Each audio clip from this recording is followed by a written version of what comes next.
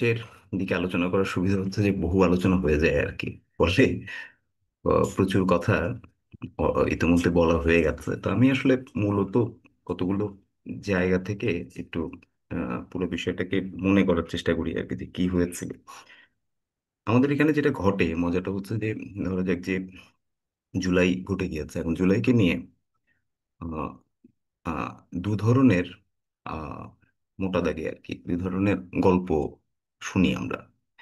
একটা গল্প হচ্ছে যে এটা জুলাই, মানে যদি বলি যে জনগণের জায়গা থেকে আর কি, জনগণ কেন আসলে এই আন্দোলনে যুক্ত হলো বা এইভাবে নেমে এলো, যে এমনভাবে নেমে এলো, এমনভাবে প্রতিরোধ দাঁড় করালো যে একটা পুরো রেজিম মানে উল্টে পড়লো আর কি।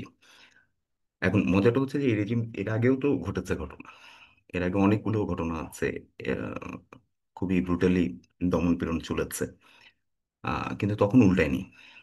তো 24 সালে এসে উল্টে গেল কেন?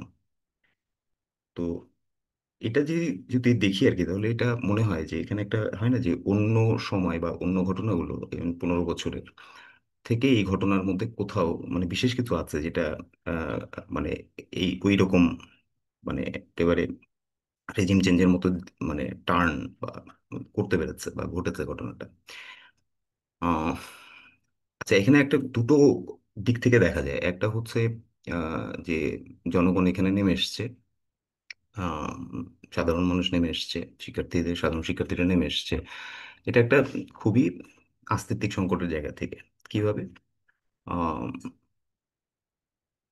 প্রচুর মানুষ মারা যাচ্ছে এবং আহ, চোখের উপরে উম, ভীষণ রকম দমনপীড়ন চলছে। মানুষের যে স্বাভাবিক চলাফেরা রুদ্ধ হয়ে গিয়েছে, একটার পর একটা কারফিউ দেওয়া হচ্ছে, ইত্যাদি ইত্যাদি ঘটছে। এই ঘটনাগুলো মানুষের বিবেকে নাড়া দিয়েছে এবং বিশেষ করে জনগণের, এবং জনগণ বলতে বলতে গেলে বিবেকের জায়গা থেকে মৃত্যু ভীতিকে অতিক্রম করে সে রাস্তায় নেমে এসছে। নেমে যখন এসছে তখন আসলে যেটা ঘটে যে ফিরে যাওয়ার তো আর রাস্তা নেই। ফিরে গেলেও মানে হচ্ছে যে তার মানে সে তো জানে না যে সে ফিরে গিয়ে মানে নিরাপদ থাকতে পারবে কিনা। ফলে আহ, অনিবার্যভাবেই পরিস্থিতি এইভাবে গড়িয়েছে যে আমরা যারা নেমে এসেছি তারা হয় আমরা থাকবো, তা না হলে এই রেজিম থাকবে। তো এটা যদি হয় স্টোরি, তাহলে গল্পটা আস্তিত্বিক, ভীষণ রকম অস্তিত্বের জায়গা থেকে তৈরি হয়েছে। আরেকটা শব্দ খুবই প্রচল আমাদের এখানে এখন, আম, এটা হচ্ছে জন অভিপ্রায়, জন আকাঙ্ক্ষা, জন ইচ্ছা বা গণ ইচ্ছা। আম, এটা ছিল। তো গণ ইচ্ছা কিভাবে ছিল সেটা যদি প্রশ্ন করি, তাহলে দুরকম পাওয়া যাবে উত্তর। একটা হচ্ছে যে দীর্ঘদিন ধরে এই আহ, আহ, বিগত রেজিম তারা আহ, অনেকগুলা ঘটনা তো ঘটিয়ে গেছে।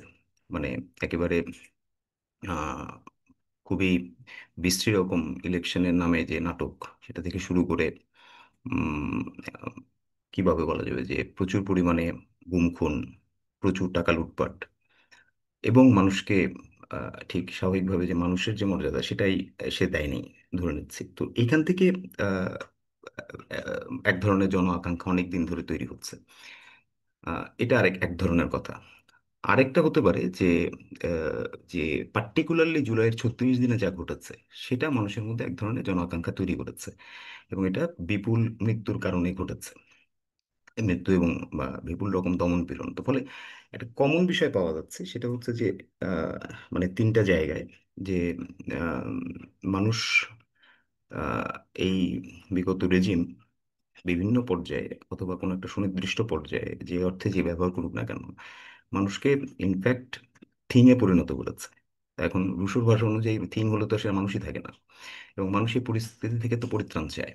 তো সেই পরিত্রাণের জায়গা থেকে মানুষ বা জনগণ সক্রিয় হয়েছে। কিন্তু মুশকিল হচ্ছে যে এই যে আলাপগুলো, এই আলাপগুলোর প্রত্যেকটারই ভিন্ন ভিন্ন অভিমুখ আছে, এবং ভিন্ন ভিন্ন ডিসকোর্স তৈরি করে এগুলো। এখানে একটা জটিল সমস্যা হয় এই যে আহ, কোনটা আসলে জনগণের অভিপ্রায়, কি কারণে মানুষ নেমেছে, এই উত্তর খুঁজতে গেলে আমরা জনগণের কাছে আর খুঁজে পাই না। কারণ সামষ্টিক অর্থে জনগণ তো কথা বলতে পারে না। তার তো মানে ওই অর্থে কোনটা জনগণের কথা এইটা ডিফাইন করা খুব মুশকিল হয়ে যায় আমাদের এখানে, বা যে কোনো অর্থে। তো এখন যখন মুশকিল হয়ে যায়, তখন যেটা ঘটে যে আহ, জনগণের হয়ে কেউ কথা বলে। কথা বলে বুদ্ধিজীবী, কথা বলেন রাজনীতিবিদরা, কথা বলেন সুশীল সমাজের মানুষেরা।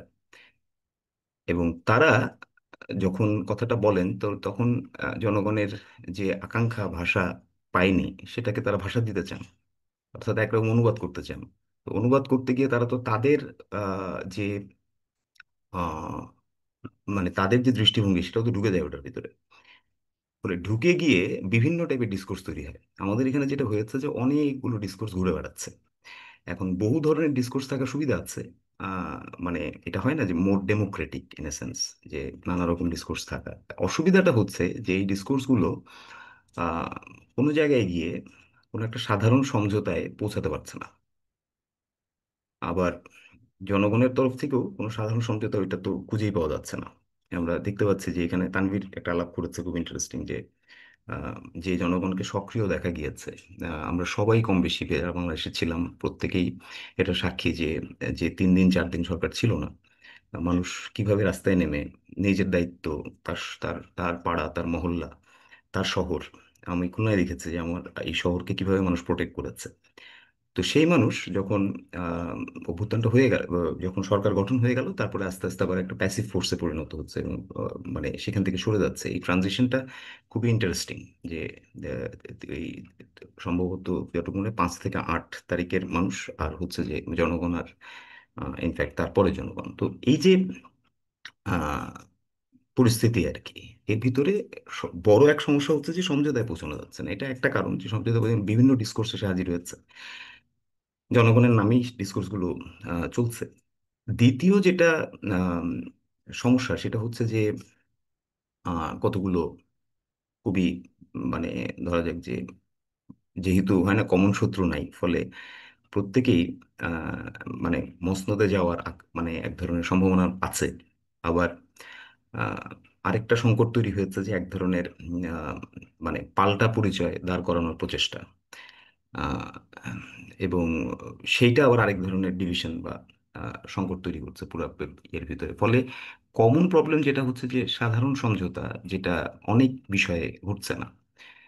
এবং কনসেন্ট্রেশনটা আরাফাত যেভাবে বললো যে অনেক বেশি আসলে, হ্যাঁ, 24 না 71 বা ইত্যাদি ইত্যাদি। ইতিহাস নিয়ে এই আরেক জটিলতা। আমাদের ইতিহাসের যেটা মুশকিল হয় সেটা হচ্ছে যে মানে ওই যে এর আগেও একজন বললো, একজন শিক্ষার্থী, যে ঘটনা হিসেবে সে জুলাইকে দেখতে চায়। এখন ঘটনা হিসেবে জুলাইকে দেখতে চাওয়া এবং ইতিহাসের ধারাবাহিকতা হিসেবে তাকে দেখতে চাওয়া, আমাদের ওই জুলাই ঘোষণাপত্রটা আমি পড়ছিলাম আর কি, সেখানে ইতিহাসের ধারাবাহিকতা হিসেবে এটা দেখার একটা প্রচেষ্টা আছে। আহ, আহ, মানে দুটোর ক্ষেত্রেই মুশকিল আছে। কারণটা হচ্ছে যে মানে একটা ঘটনা সে তার পূর্বসূত্র খোঁজে, তার পূর্বসূত্র লাগে, এটা যেমন ফ্যাক্ট। আবার সেই ঘটনা ইতিহাসকে ছেদও করতে চায়, ইতিহাসকে ছেদ করে বা সে এক ধরনের উত্তরণ ঘটাতে চায়। ফলে এই টেনশনটা এটা সবসময় থাকে আহ, মানে এই ধরনের বড় বা বিপুল ঘটনার ক্ষেত্রে, যেখানে হয় না যে এত বিপুল পরিমাণে মানুষ অংশগ্রহণ করেছে। তো সেই জায়গা থেকেও এক ধরনের টেনশন আসলে আছে।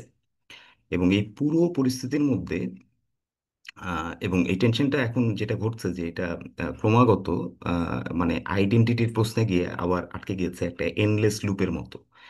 এবং আমাদের এখানে যেটা বরাবরই ঘটেছে যে প্রত্যেকটা গুরুত্বপূর্ণ মুহূর্ত, সেটা 47 হোক, 1905 হোক, বা 52 হোক, 71 হোক, আইডেন্টিটি একটা গুরুত্বপূর্ণ রোল প্লে করেছে।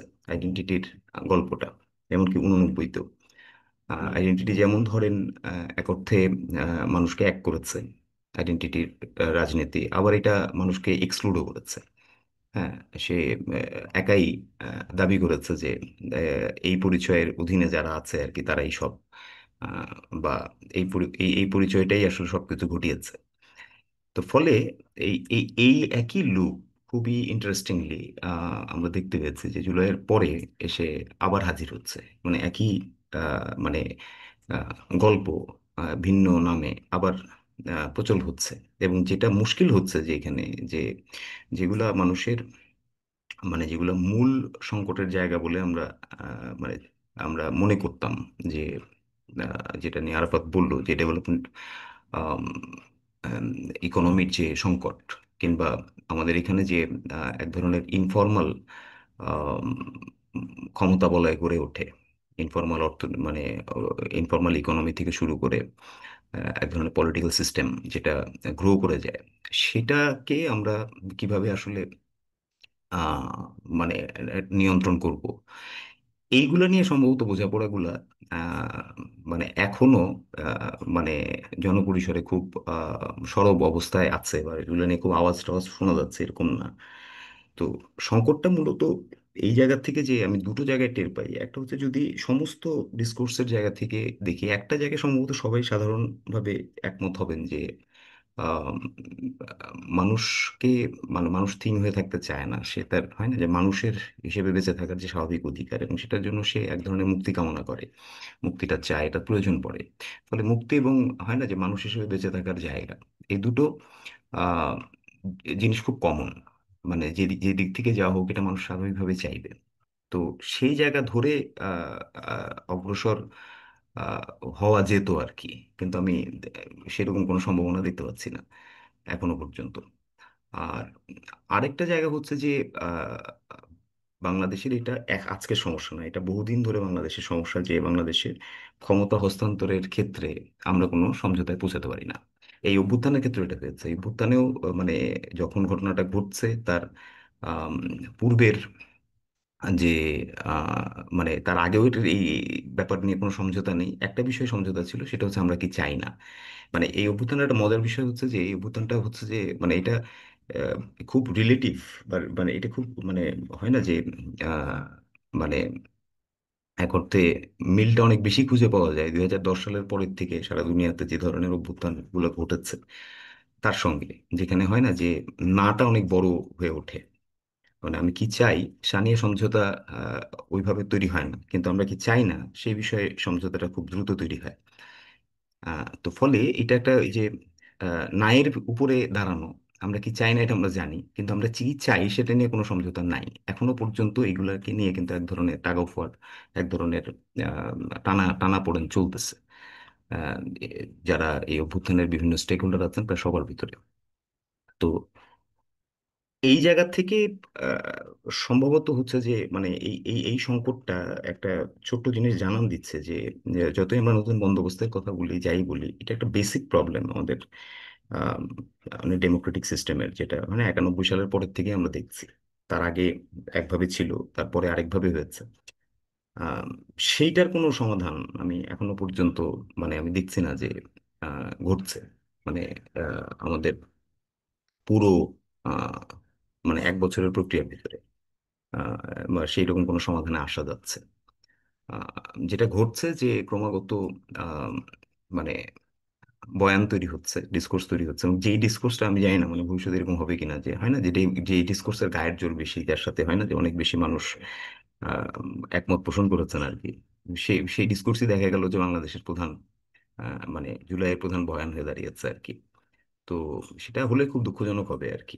আহ, এই এই এই হচ্ছে বিষয়।